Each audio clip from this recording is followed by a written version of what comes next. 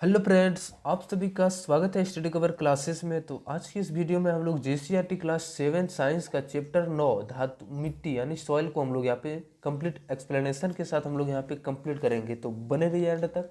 और अगर यदि चैनल पर नए हैं तो चैनल को सब्सक्राइब जरूर कर लें। चलिए हम लोग शुरू करते हैं, ठीक। और इनसे पहले वाले वीडियो को 1 से लेकर 8 तक आप लोगों ने नहीं देखा है तो उसका प्लेलिस्ट में जो है सो डाला हुआ है, आप वहाँ से जाके देख लीजिए। चलिए हम लोग यहाँ से मिट्टी के बारे में पढ़ने का स्टार्ट करते हैं, इसको समझते हैं। आपने नदियों के किनारे बालू और मिट्टी के महीन कणों को देखा है। नदी के उसके बाद से नदी में बालू और मिट्टी के महीन कण आए, कहाँ से आए।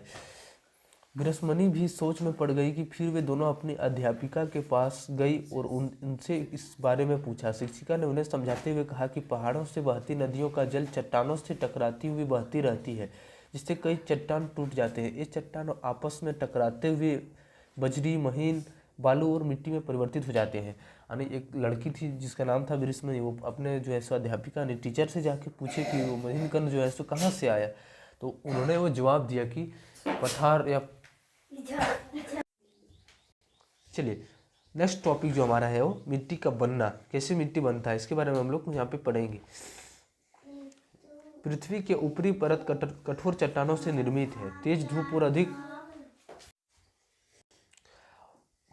उसके बाद बोलता है ये चट्टानें टूटकर महीन कणों के रूप में बदल जाती है। ये महीन कण हवा द्वारा उड़कर जगह जगह फैल जाते हैं। लाइकन तथा अन्य कुछ जीव चट्टानों की दरारों से गहराई में चले जाते हैं। इनके शरीर से कुछ एंजाइम स्रावित होते हैं जो चट्टानों के धीरे धीरे महीन कणों में बदल देते हैं। यही बाद में मिट्टी का रूप ले लेते हैं। क्या होता है कि हमारा जो पृथ्वी का सबसे ऊपरी लेयर है वो क्या होता है, बहुत ही कठोर होता है, मतलब बहुत ही जो है सो हार्ड टाइप का लेयर से बना हुआ है। उसके बाद बोलता है क्या कि अपने आप ये हवा से या फिर अधिक तापमान टेम्परेचर के कारण जो है सो ये धीरे धीरे क्या महीन कण में बदलने लगता है। और ये महीन कण जो है सो हमेशा क्या होता है, उड़कर उड़कर जहाँ पे तहाँ पे फैलते जाते हैं। और उसमें एक लाइकेन नाम का जो है सो एंजाइम स्रावित करता है। देखिए यहाँ पे लिखा हो कि शरीर कुछ एंजाइम स्रावित करता है जो क्या करता है, महीन कणों में इसको बदल देता है। और यही जो महीन कण होता है बाद में ये मिट्टी का रूप धारण कर लेता है। उसके बाद बोलता है कि आपने मिट्टी के अंदर से चींटियों को निकलते हुए जरूर देखा होगा। अपने बीजों को भी मिट्टी के अंकुरित होकर बाहर निकलते देखा होगा। क्या मृदा के अंदर और भी जीव जंतु रहते हैं, आइए क्रियाकलाप के द्वारा इसे पता लगाते हैं। अरे बहुत सारा आप चीज़ों पे देखे होंगे, जैसे आप बोलते हैं दीमक, वो भी क्या होता है, मिट्टी के अंदर ही रहता है। और बहुत सारा जीव जंतु जो मिट्टी के अंदर रहता है, तो क्या वो पॉसिबल है कि वो मिट्टी के अंदर रह सकता है। तो चलिए हम लोग क्रियाकलाप के आगे से समझते हैं। यहाँ पे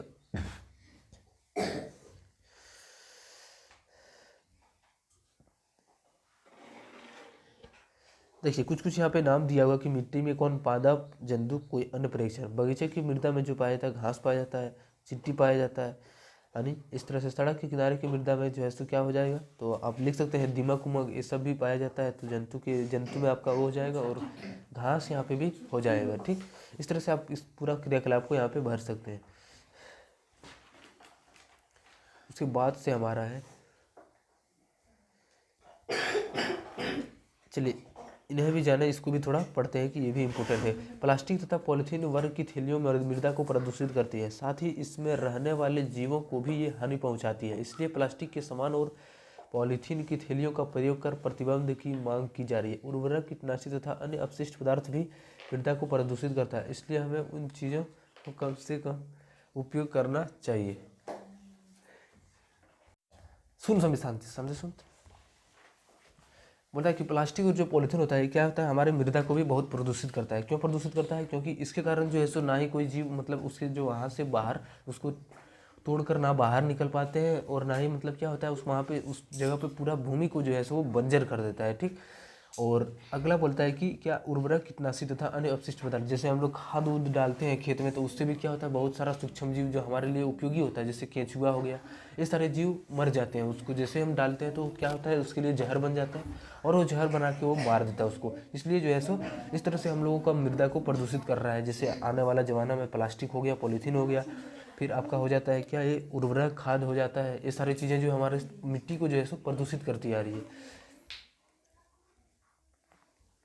चलिए यहाँ पे बोलता है कि मृदा एवं जल वायु के कण होता है, तो इसको कार्य क्रियाकलाप के द्वारा आप बना सकते हैं, आप घर में भी समझ सकते हैं। देखिए यहाँ पे सबसे पहले क्या होता है कि आवश्यक सामग्री मिट्टी का ढेला, एक कांच की बीकर तथा जल, एक गिलास में 3/4 भाग जल लीजिए। मिट्टी के ढेले को जल से भरे इस बीकर में डालिए। आप क्या देखते हैं, आपको जल में कुछ बुलबुले निकलते दिखाई देंगे। जैसे ही डालेंगे तो वहाँ पे क्या कुछ फैन टाइप का निकलते इस तरह से दिखाई देगा, ठीक, जिस तरह यहाँ पे चित्र में दिखाया गया है। उसके बाद बनता है कि अब आप समझ गए होंगे कि पौधों की जड़ों तथा मिट्टी के अंदर रहने वाले जीव मिट्टी के कणों के बीच फंसे वायु से ऑक्सीजन प्राप्त कर लेते हैं। यानी इस तरह से जो क्या करता है वो, मतलब बुलबुला जैसे ऊपर जा रहा है, मतलब वो क्या कर रहा है, वहाँ पे ऑक्सीजन धीरे धीरे बाहर आ रहा है, ठीक। तो वहाँ से क्या होता है कि वहाँ पे मिट्टी में अगर यदि होता है मिट्टी, तो उसमें भी क्या होता है, ऑक्सीजन बहुत कम मात्रा में घुला हुआ होता है। उसके बाद से है कि आपने जाना कि पवन, वर्षा व जलवायविक क्रिया से सेल चट्टान टूटकर मिट्टी का निर्माण कहलाती है। यह प्रक्रिया अपक्षय कहलाती है। देखिए क्या, पवन, वर्षा या जलवायु क्रिया से क्या होता है, चट्टान जो है टूटकर धीरे धीरे मिट्टी के रूप में चेंज हो जाता है। ये जो प्रक्रिया कहलाती है वो अपक्षय कहलाती है। आपका क्वेश्चन आंसर में दिया हुआ है, ठीक। तो आप अपक्षय का यहाँ से डेफिनेशन लिख सकते हैं, यहाँ से कि वर्षा, जलवायु, ये सब यहाँ से लिख सकते हो, ठीक। मृदा की विभिन्न परतें। अब मृदा की जो है सो अलग अलग परत है, ठीक, इसके बारे में पढ़ेंगे। मृदा की इस प्रकार परतें बने होती है, जिसे जानने के लिए हम लिखित क्रियाकलाप करते हैं।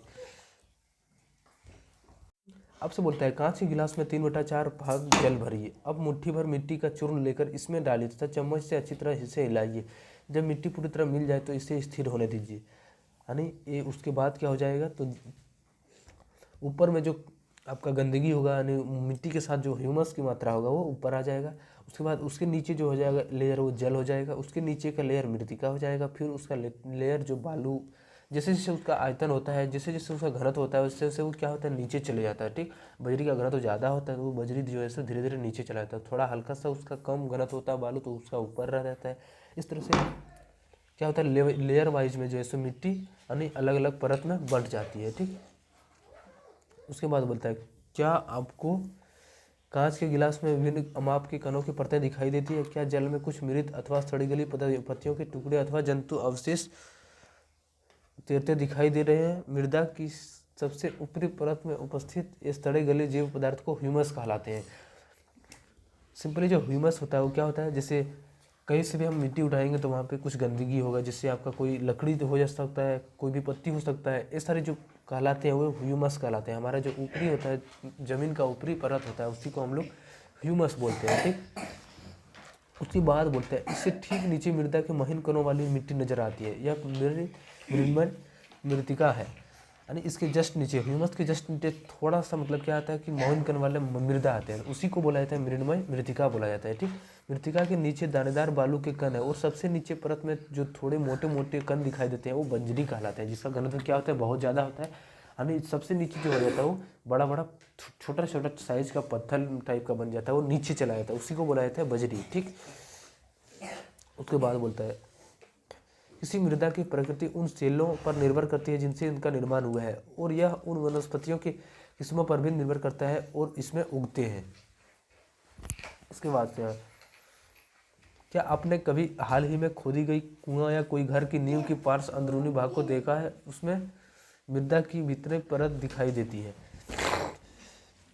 उसके बाद से बोलता है, मृदा की विभिन्न परतों से गुजरती हुई ऊर्ध्वाधर मृदा परिच्छेदिका कहलाती है, ठीक।